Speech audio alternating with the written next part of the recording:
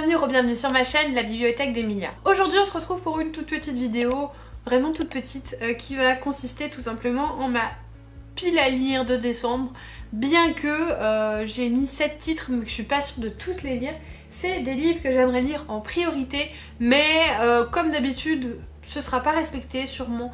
Voilà, c'est juste à titre indicatif. Il y a 7 livres que j'aimerais bien lire ce mois-ci. Je vais garder les lectures spéciales semaine de Noël vers le jour de l'an pour la fin, mais déjà je vais vous présenter les 3 autres lectures.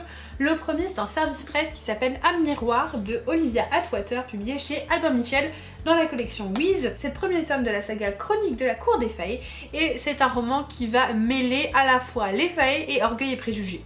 En gros, puisqu'on est dans la haute société londonienne, à l'époque un peu victorienne, et on va suivre Théodora qui doit faire son entrée en fait dans le monde par le bal des débutantes, mais qui a un problème puisque un faillet s'est emparé de la moitié de son âme et que du coup elle ne ressent plus aucune émotion. Voilà, c'était un roman que j'avais très envie de lire depuis un petit moment, il me faisait beaucoup envie en VO. J'ai vu qu'il était traduit, je l'ai demandé à la maison d'édition, ils ont été assez gentils pour me l'envoyer. Mais ça fait un moment qu'ils me l'envoyaient, donc il faudrait vraiment que je m'y mette. Là je suis vraiment en retard sur mes SP, ça va pas du tout. Avant la fin de l'année, il faut tout que je le boucle, comme ça hop, on repart sur des bonnes bases. Mais ça va falloir que je le lise, en plus il fait à peine 300 pages et c'est écrit très gros, donc j'espère le lire très rapidement, début décembre idéalement. Ensuite, la lecture commune sur mon Discord de novembre que je n'ai pas lu encore, et je ne pense pas à l'heure où je tourne cette vidéo que j'aurai le temps de la lire avant la fin du mois. C'est Gilded de Marissa Meyer, qui est une réécriture du conte de Rumpelstiltskin. Vous avez la fille d'un meunier qui va raconter à tout le monde qu'elle sait tisser de l'or, sauf que évidemment c'est pas vrai. Un jour un roi va en gros lui demander de le faire et elle va se retrouver un petit peu comment dire prise au piège jusqu'à ce que quelqu'un qui sait tisser de l'or passe un pacte avec elle pour lui offrir en fait tout simplement. Mais à quel prix?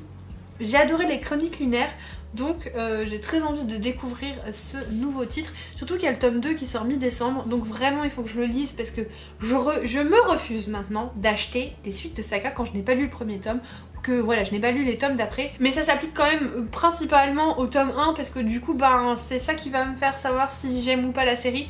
Vraiment ça c'est plus possible, il faut que je lise le premier tome, donc en décembre. Une de mes priorités du début de mois. Ensuite, dans la Fairyloot, donc je reçois un livre par mois et le club Readtelling, donc le book club sur Discord, qui est notamment tenu par Les Affaires de Louise. Vous commencez à connaître la chanson, je vous en parle assez souvent. Tout simplement, va dire le dernier roman que nous avons reçu. Il s'agit de The Forest Grimm de qui? Pourquoi il n'y a pas le nom? Ah, Catherine Purdy. Voilà, c'est un magnifique livre, vous l'avez présenté en vidéo, vraiment il est sublime, je le trouve tellement beau. Oh là là. Bref, vous avez compris, c'est un livre qui va porter notamment sur les frères Grimm, vous l'aurez compris, avec l'histoire du Book of Fortune et une jeune fille qui va rentrer dans la fameuse forêt Grimm pour pouvoir renverser la malédiction. Il me fait très envie et surtout j'en attends beaucoup, donc j'espère que je vais l'aimer parce que le dernier je l'ai abandonné, donc j'espère que celui-là je l'aimerai un peu plus. En tout cas il n'est pas très épais, donc ce sera lu assez rapidement je pense, mais il me fait tellement envie. J'espère vraiment que je vais l'aimer. Du coup ça c'était mes lectures un petit peu en dehors de Noël on va dire. Il n'y aura pas de romance de Noël simplement parce que je regarde déjà beaucoup de téléfilms sur TF1, parce que je trouve que c'est le meilleur sur TF1, de romances de Noël, et si je lisais des romances de Noël en plus, clairement on serait à l'indigestion. Donc pas de romance de Noël mais des lectures de Noël. Vous allez comprendre, le premier c'est Meurtre sur le Christmas Express d'Alexandra Benedict, publié chez Charleston. C'est un hommage clairement au meurtre de l'Orient Express. On est la veille de Noël et 18 passagers vont monter à bord du train en direction l'Écosse, mais pendant la nuit le train va dérailler tout simplement, et pendant voilà une tempête de neige, ils vont rester coincés et puis au réveil il y a peut-être quelqu'un qui est mort. Je dois le lire en lecture commune et celui-là je vous avoue qu'il me tente énormément, bien que celui de l'an dernier qu'elle avait écrit qui s'appelle le Petit meurtre à Endgame m'avait convaincu mais pas plus. Celui-là, j'aime tellement le crime de l'Orient Express, même si j'ai découvert vraiment qu'il n'y a pas longtemps, que j'ai très hâte de lire celui-là. Et puis je trouve que les cozy mystery de Noël c'est parfait pour me faire faire des lectures en fait tout simplement de Noël sans tomber dans la romance de Noël. Bien que vous allez voir il y a une toute petite exception. Mais j'y arrive. Un livre qui pour vous n'évoque pas Noël mais qui pour moi en est la quintessence. Il s'agit de la version Minalima du prisonnier d'Azkaban. Donc Harry Potter, tout simplement parce que ma petite tradition à moi, Noël, c'est de lire un Harry Potter. J'ai plusieurs versions. J'ai, bah là vous les voyez pas là dans le décor, mais j'ai les versions anniversaire, vous savez, de maison, donc serre d'aigle pour moi. Sans grande surprise.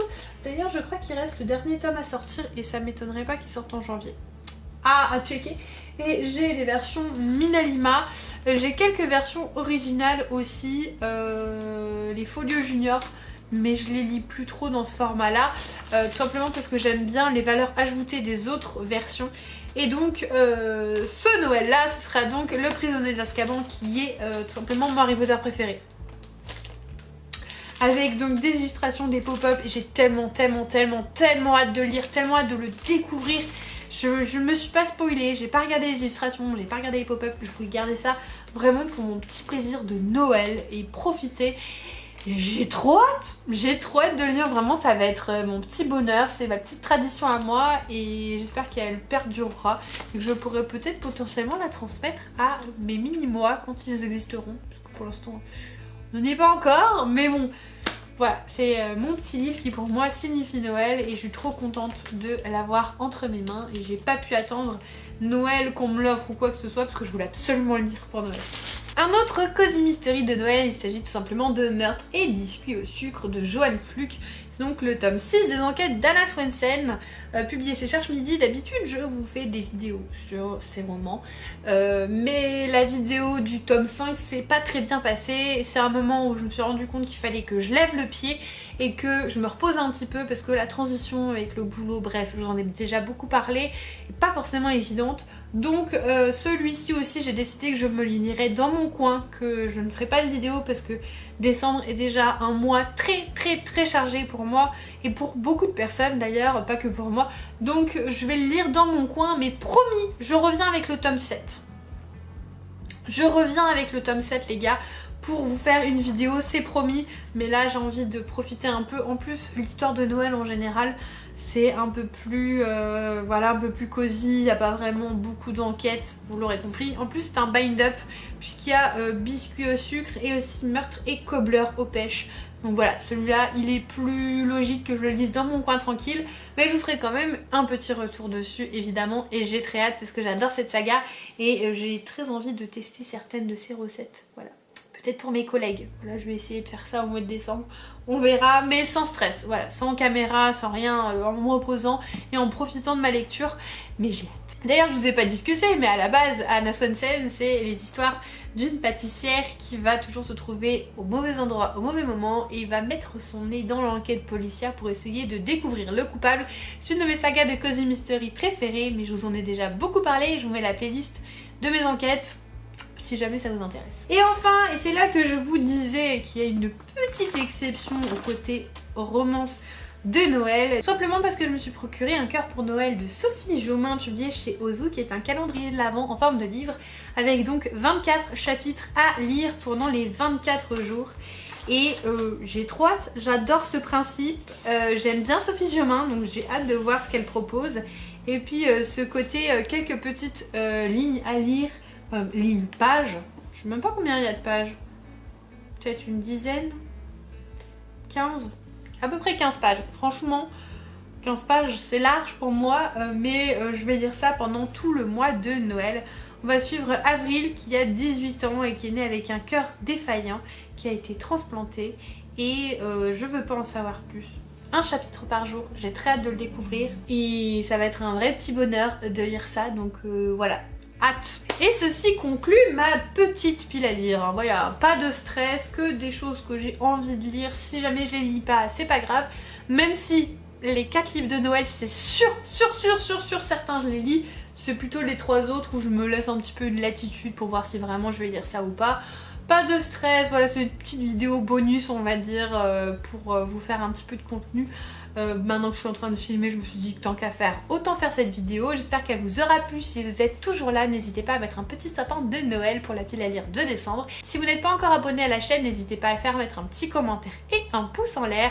Un grand merci pour votre soutien, surtout le mois dernier, j'ai fait qu'une vidéo par semaine, j'avais besoin de me reposer et vous avez été tellement bienveillant et tellement là pour moi que un grand merci. Et comme d'habitude, en attendant la prochaine vidéo, je vous souhaite de merveilleuses lectures et je vous fais des bisous.